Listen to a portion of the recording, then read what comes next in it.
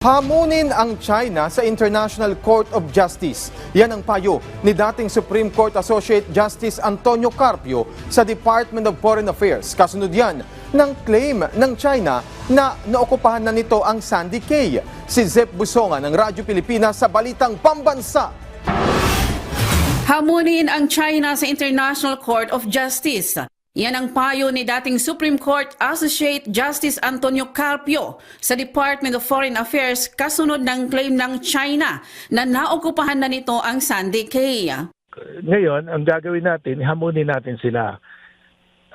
Through the DFA, malaman parang ng gano'n. buong mundo, malaman ng buong mundo, hinamon natin sila. Pag manalo kayo, sa inyo na yan. Pag manalo kami sa amin, para matapos na itong gulo na ito, based on the international law, yan ang paglaban na natin. Pag aatras sila, di malaman ng buong mundo na mahina ang kaso nila. Giit ni Carpio, walang legal na basihan ang China kundi pwersa at pananakot lamang. Paliwanag pa ni Carpio, may mga mapa tayo noon pang Spanish regime kung saan makikita ang Kalayaan Island Group. Habang ang China, 9-dash line noong 1947 ang tanging pinanghahawakan. Ang basihan pa rin ng China, 9-dash line. Pero yung 9-dash line, 1947 lang yan.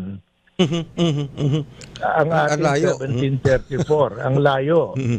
At saka, yung 9-dash line, walang basta nag-drawing lang sila na kanila na yon. Dagdag pa ng dating maestrado, dapat dalhin na ang territorial dispute sa arbitration dahil habang tumatagal, lumalakas ani ang pwersa ng militar ng China. Mula sa Radyo Pilipinas, Zef Busongan para sa Balitang Pambansa.